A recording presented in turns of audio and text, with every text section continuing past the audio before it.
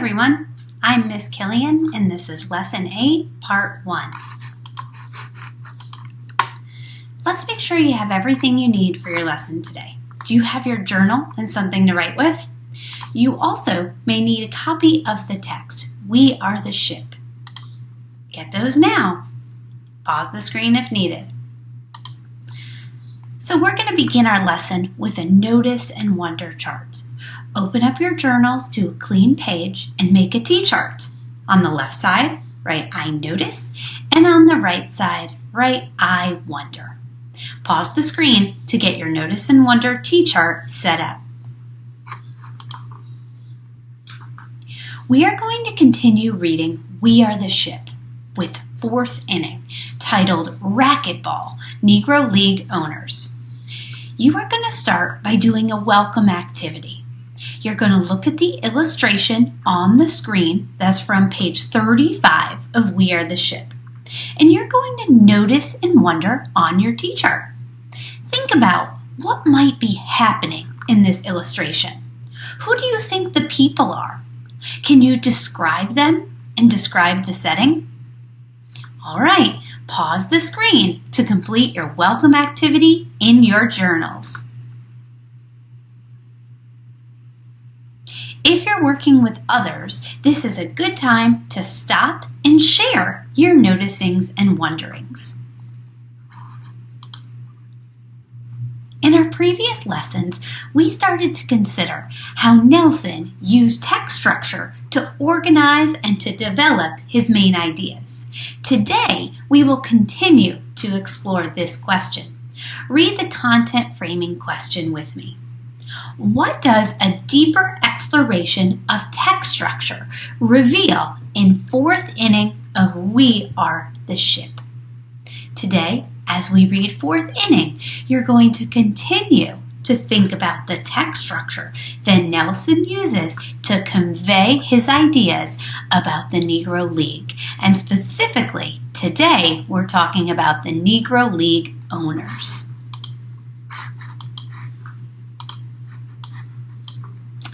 I'm going to read aloud the title and opening quotation for fourth inning, which can be found on page 31. Fourth inning, racquetball, Negro League owners. Now the quotation. Baseball really is an expensive thing to operate. Effie Manley, co-owner of the Newark Eagles. Based on the title and quotation, also the illustration that you noticed and wondered about, what do you think this chapter is going to be about? Pause the screen to think about that question. I think that this chapter is going to be about the Negro League teams and that business side of baseball. I also think it's going to be about those Negro League owners. In fourth inning, we will learn more about the Negro Leagues during the 1930s. In this period, in the 1930s, it was called the Great Depression. Have you heard about the Great Depression? Well, during the Great Depression, many people lost their jobs and they did not have a lot of money. It was a really difficult time in our history. And for most people and most businesses, there was a lot of suffering, including in the Negro Leagues. At the same time of the Great Depression, there was also this idea of placing bets on things, similar to what our lottery system is today. It became a popular way to make money. This practice of taking money on bets was known as racketeering, and it was illegal. That means it was not legal, so it was illegal at the time. The chapter's title, Racquetball, refers to this illegal way of making money. We're going to learn more about these ideas as we read fourth inning. So for our welcome activity, you looked at one illustration that Kadir Nelson created for this chapter. Let's look at a few additional illustrations. I have two of them on the screen. Pause the screen and notice and wonder about these two illustrations on your Notice and Wonder chart. Do that now. Let's look at one additional illustration. Move me over here. Pause the screen to notice and wonder about this illustration.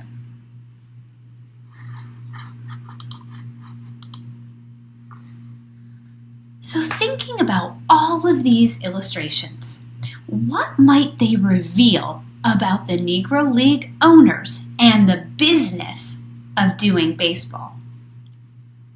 Pause the screen to think about that question.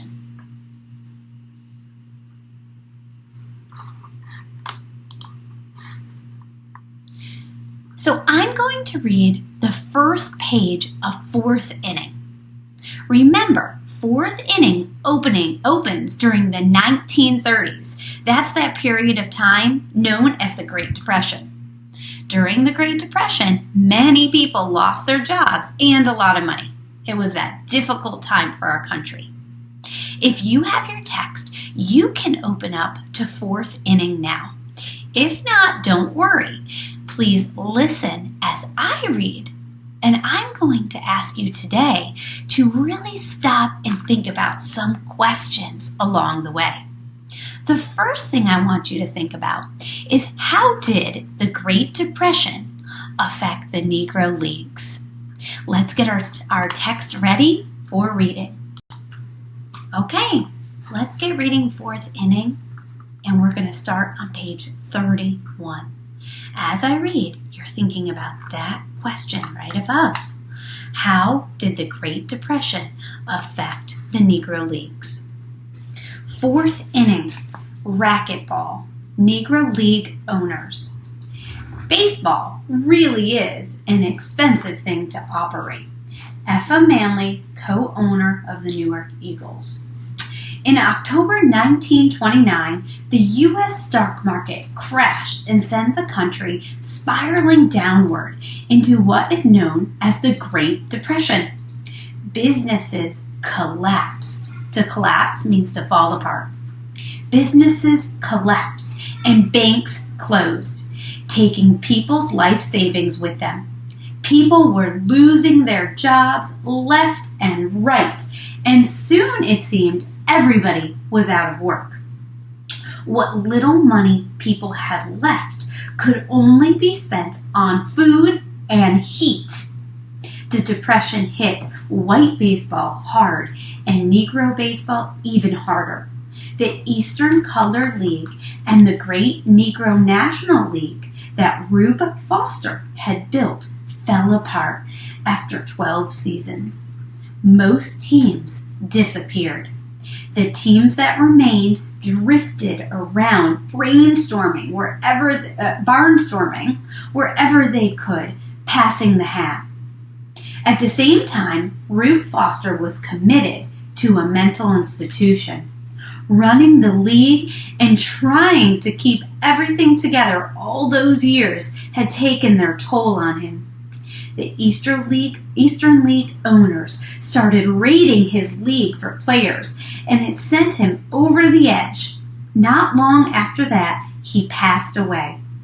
It was terrible to see this happen to such a great man. He did what no one else could do, and now all that he had worked for was gone. Within a very short time, the economy failed. The Eastern Colored League folded, and both Rube and his Great Negro National League were laid to rest. It looked like the grand old days of the Negro Leagues were over.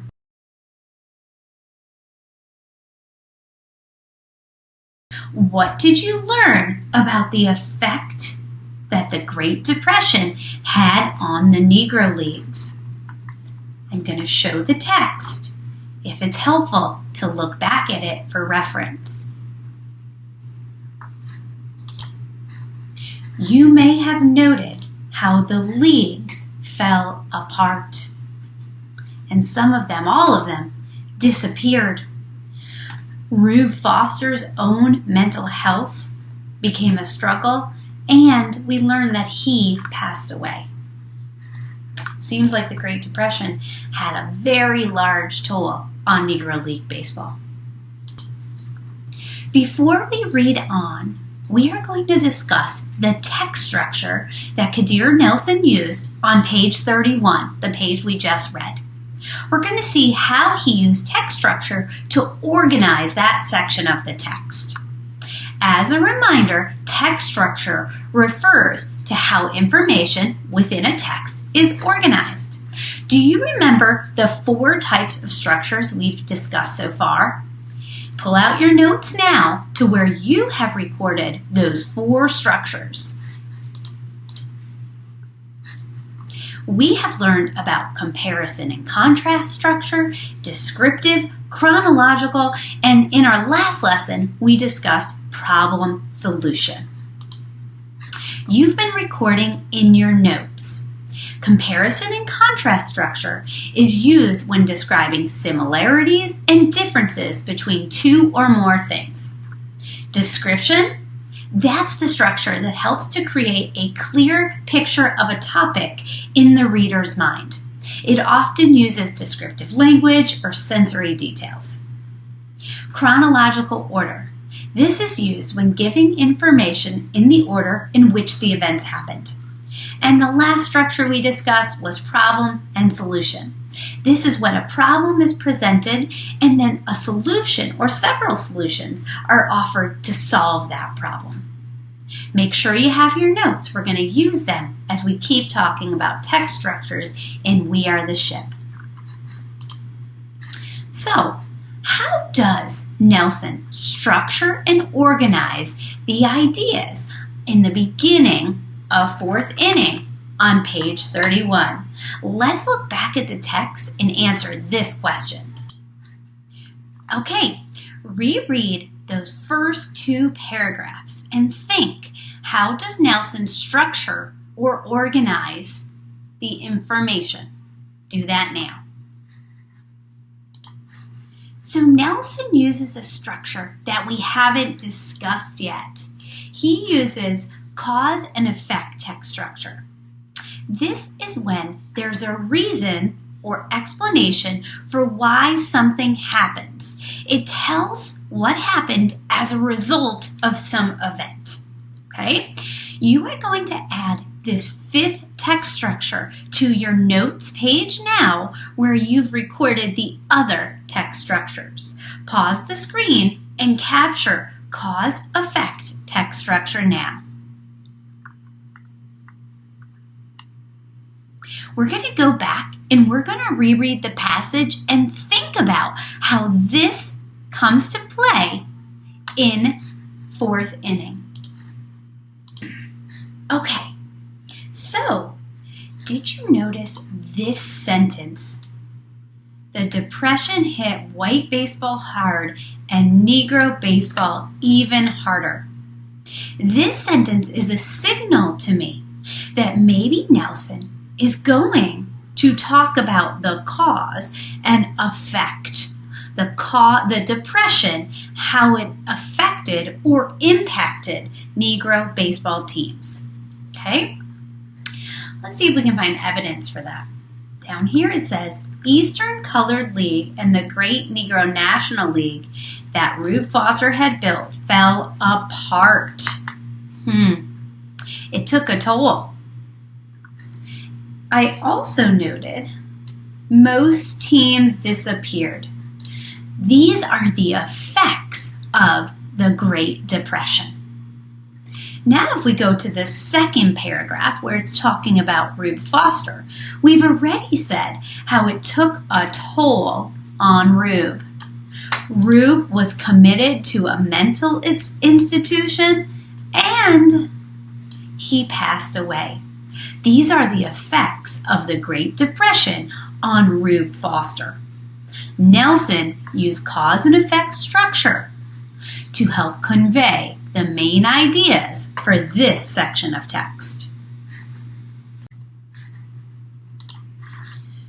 We are going to continue reading the rest of 4th inning, and learn more about the Negro League owners and the business side of the leagues. The Great Depression didn't affect everyone in the same way. Let's find out how some continued to make money during these hard times. I'm going to read starting at the third paragraph on the bottom of page 31. Despite the hard times, there were a few who did make money during the Depression. They were known as numbers men, racketeers. Some were intelligent black men who could have been stockbrokers or general managers of great corporations, but because of segregation, were not able to hold these positions. Instead, they found another way to make big money, the numbers game. Back then, it was 100% illegal business, but nowadays it's known as the lottery and it's run by the government. These numbers men went around town taking people's penny bets on predicting some random number from the stock market pages in the paper, or something like that. If you guess the right number, depending on the odds, you can make some money. But some of those guys wouldn't pay up if the number hit big, so people didn't always bet with them. There was, however, one fellow who always made good on his bets. His name was Gus Greenlee. He was the king of the numbers game in Pittsburgh. He owned a bar called the Crawford Grill, where all the big Negro stars performed, singing legend Lena Horne to Bill Bojangles Robinson, the great dancer and entertainer. Greenlee wore expensive suits and drove around town in his Duesenberg, a fancy car that in those days was worth a fortune. He also had a few fighters. One was none other than the world light heavyweight champ John Henry Lewis. And in 1930, he decided he was getting into the baseball business.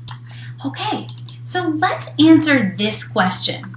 What do we learn about how some people made their money during the Great Depression? I want you to stop now and think about that question on the yellow sticky. Use the text to support your answer. Did you notice that some people continued to make money during the Great Depression by racketeering? That's the word we talked about earlier in the chapter. Okay, so it talks about that on page 31.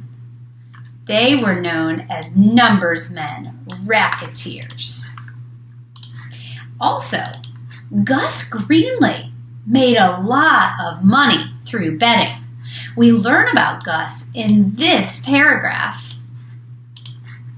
He was the king of the numbers game in Pittsburgh.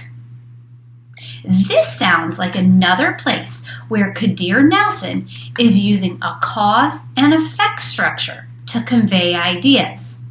Let's keep listening to learn what effects Gus Greenlee had on the Negro Leagues. In 1930, he decided he was getting into the baseball business. It ended up being a great thing, because that fellow did a lot of good for Negro baseball. He picked up right where Rube left off. He reorganized the whole Negro National League and bought a team of his own, renaming it the Pittsburgh Crawfords. Across town, there was a team called the Homestead Grays. They were a strong ball club that had come up from the steelworker leagues. But by this time, they were struggling because of the Depression. Like most folks, the owner, Cumberland Posey, needed money and was forced to sell off some of his best players. Gus Greenlee bought them all with a big smile and put together possibly one of the greatest teams in the history of baseball. It was a team of all-stars: Josh Gibson, the Black Babe Ruth, William Julius, Judy Johnson, a star third baseman, Ted Page, an outstanding outfielder, Ted Double Duty Radcliffe, who used to pitch the top half of a doubleheader and catch the bottom half, and Jake Stevens. And to add to that, Satchel Paige, the most famous Negro League pitcher of all time, and James Cool Papa Bell, the fastest man in all of baseball. If that wasn't enough, he got the great Oscar Charleston to play with and manage them. It was a powerhouse. 5 of those guys wound up in the Baseball Hall of Fame in Cooperstown, New York. Man, that team was unbeatable. Well, they were unbeatable until Greenlee's numbers business got him into some trouble with the law. Someone on the inside of his operation had started to leak information to the police, and Gus ended up on the run. After that, his star players jumped the team to go play ball down in Santo Domingo. That was the end of the mighty Pittsburgh Crawfords. So what effect did Gus Greenlee have on the Negro Leagues? What happened as a result of his getting into the baseball business? You can look over the sections we read and see if you can find some evidence to highlight Gus Greenlee's impact on the Negro Leagues. I'm going to indicate which paragraphs you can find your evidence in. So reread those and think about that question. Okay. Well, here's a piece of evidence I noticed. Read it with me. He reorganized the whole Negro National League and bought a team of his own, renaming it the Pittsburgh Crawfords. Wow, that is a large impact that he had.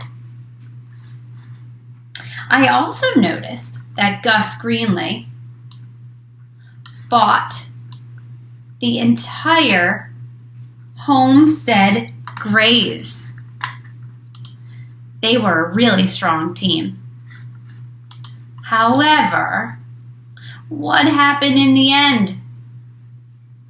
Well, due to Gus's illegal betting issues, he got in trouble with the law.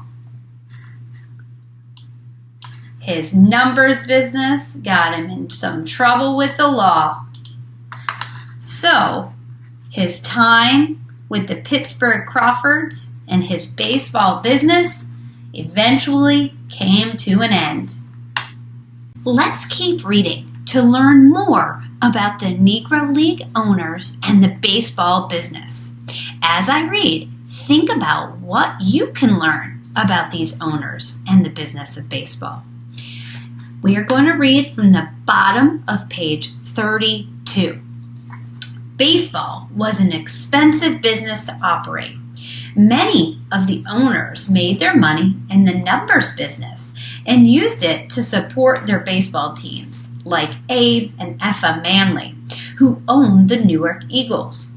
You also had Alex Pompez, owner of the Cuban Stars, and the New York Cubans, and Sonny Man Jackson, who had a stake in the Homestead Grays. But there were also doctors, a few black celebrities, and even a couple of undertakers. World-famous trumpeter Louis Armstrong had his second 9 ball club, and Bill Bojangles Robinson partly owned the New York Black Yankees. The world heavyweight boxing champ Joe Louis had a softball club, and Cab Calloway, the swing orchestra conductor, had his team of all-stars, and sometimes he even played too. We knew many of the black entertainers and celebrities personally. It really wasn't a thing to see Lena Horne or Count Basie in the same hotel where we were staying. We went to see their shows after a game, and sometimes we would have dinner with them. They were on the road as much as we were, and they had to stay in the same Negro hotels and rooming houses. Some folks called it the Chitlin Circuit. Most owners didn't make much money from their teams. Baseball was just a hobby for them, a way to make their illegal money look good. To save money, each team would only carry 15 or 16 players. The major league teams each carried about 25.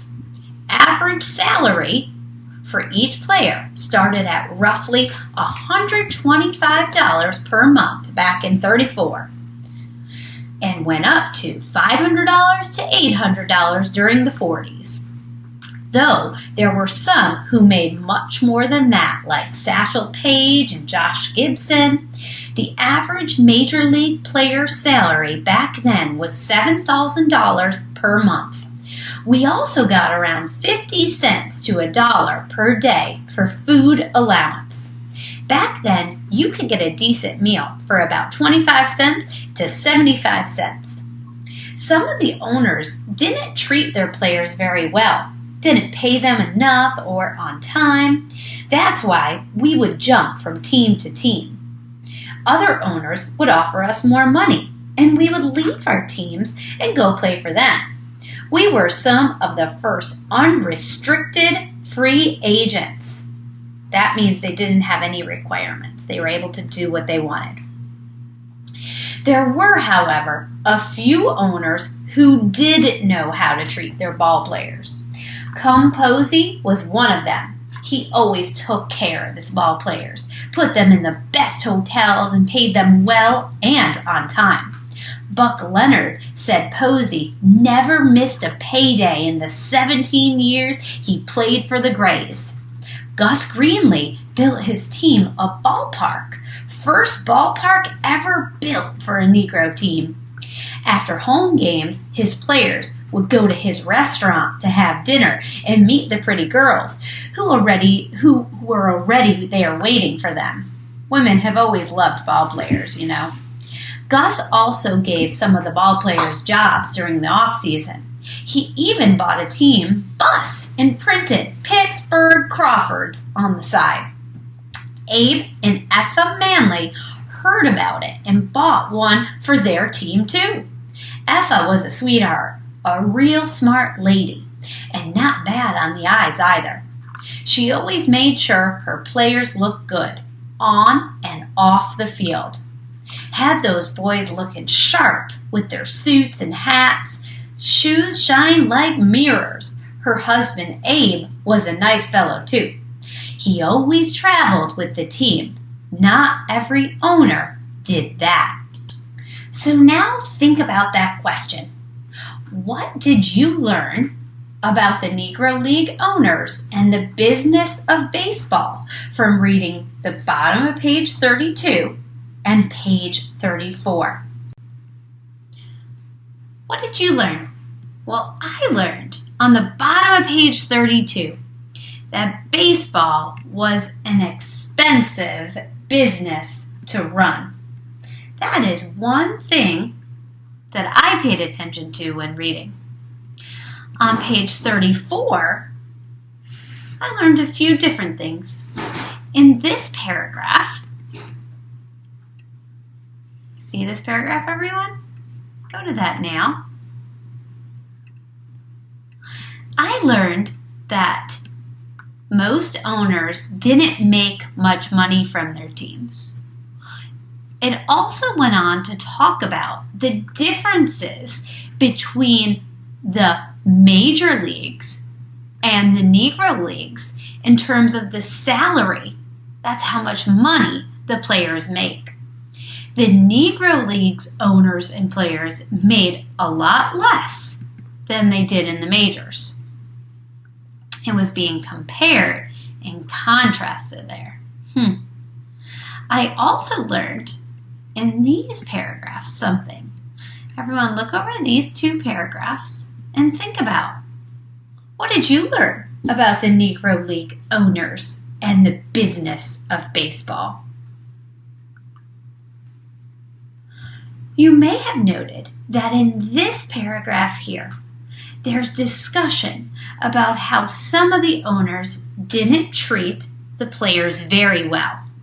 But then in this paragraph, it talks about how some of the owners did treat the ball players well. It seems that the owners treated players differently. Some were treated well and some were not. Looking at that paragraph, what text structure did Nelson use to convey those main ideas? Pause the screen and look at your notes about text structures. See if you can figure out what text structure he used in this paragraph. Do that now. Did you say comparison and contrast? If so, you're right. In this paragraph, we learn about the players who were not treated very well by their owners. And then down here, we learn about the owners who did treat their players well. If we ask that same question about this paragraph, what text structure did Nelson use?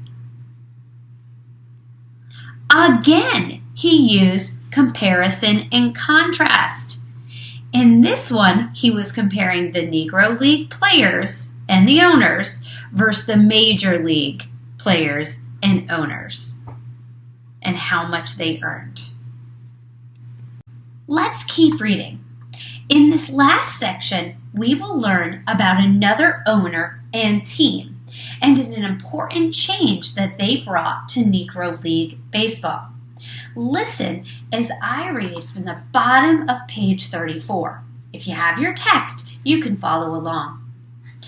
J.L. Wilkinson, who owned the Kansas City Monarchs, was one of the few white owners in Negro baseball.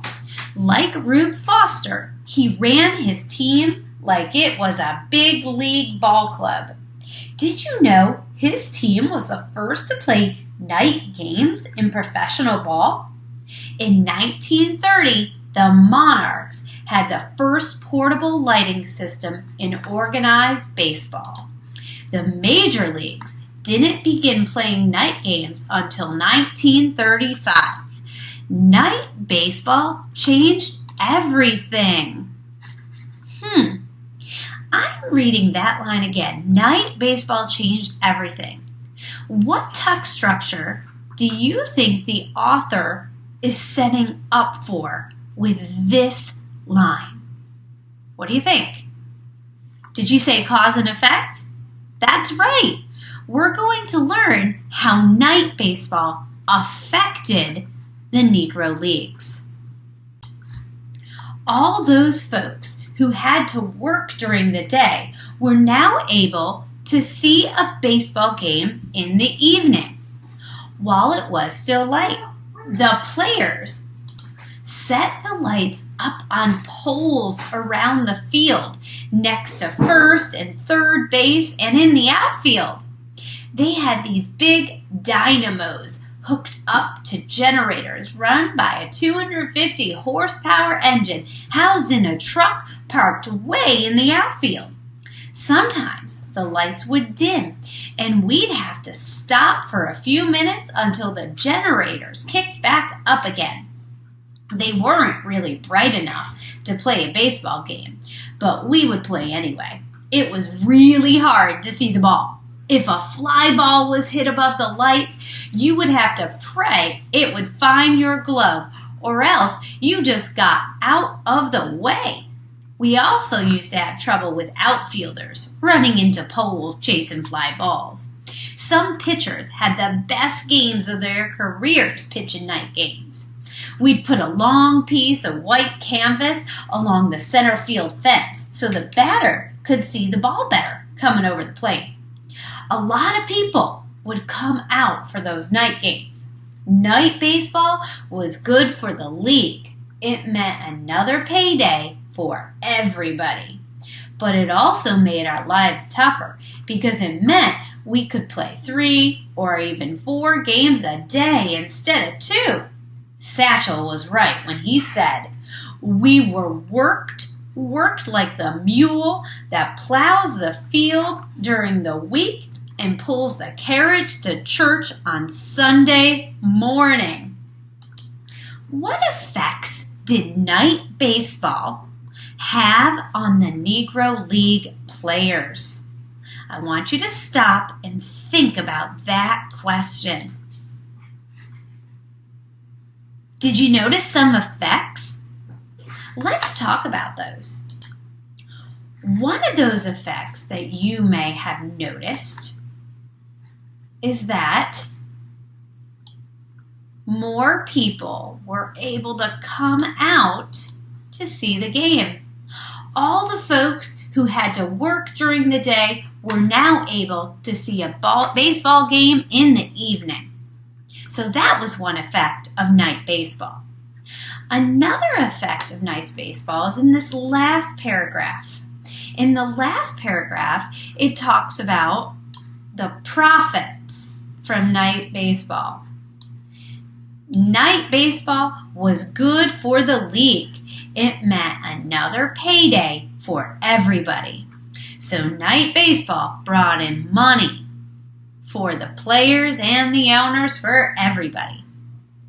And the last thing that an effect of night baseball is that it made the players' lives tougher. They had to play more. Those are some of the effects of night baseball. Okay, everyone, review your annotations. In your journal, you're going to answer this question. What did you learn in this chapter about Negro League team owners and the baseball business? We've already done a lot of work talking about this. I had some notes that I recorded in blue stickies on my screen.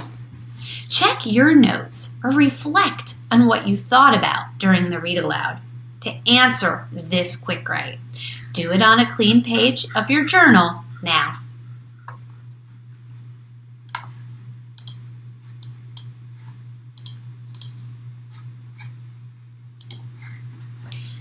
We're going to continue the work we began earlier in this arc and add to that 3-column chart that you've been working in, where you've recorded the main ideas and text structures of the first 3 chapters in We Are the Ship. Open up to that page now and make a 4th section.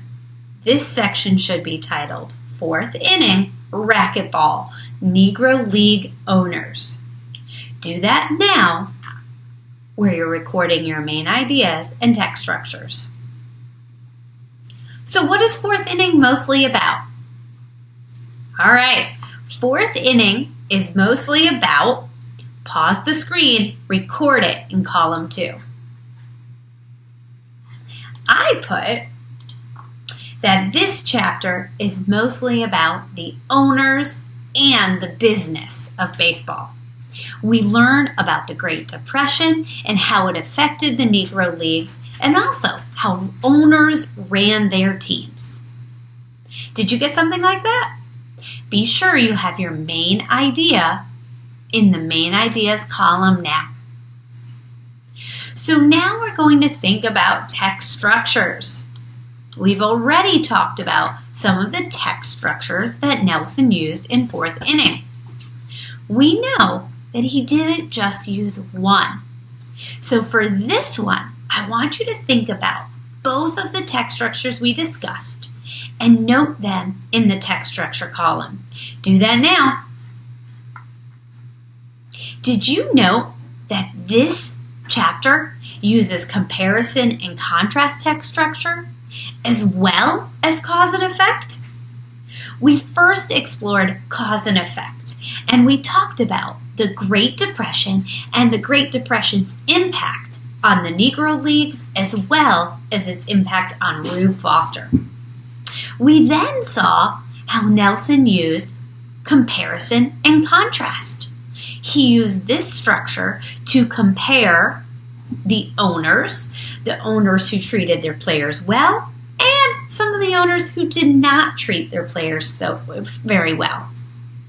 He used multiple text structures. Record your answer for text structures in column 3 if you haven't done so yet. I can't find my mouse. Jesus. We are moving into our check for understanding. In this CFU, you will check your understanding of the various text structures by writing a response to a question. Read the question as I read it aloud. What 2 text structures does the author use in 4th inning? How did these structures help you understand the main ideas in this chapter? All right, so you can use your notes to help you answer this. You also could use this sentence frame to support you with your written response.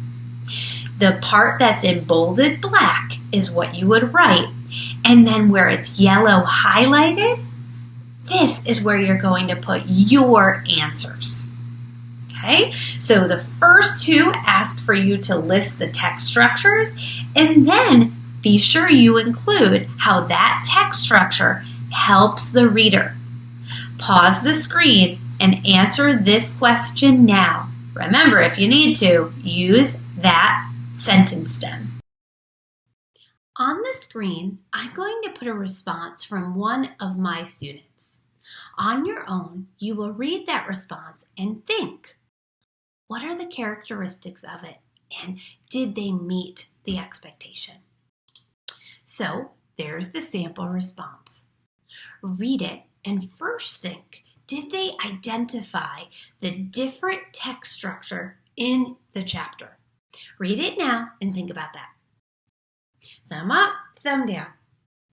Yes, this student did identify the different text structures. She noticed that the author used cause and effect as well as what?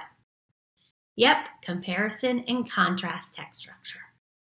All right, now read it again and think, did this student explain how each text structure builds comprehension? Read it and think. Thumb up, thumb down.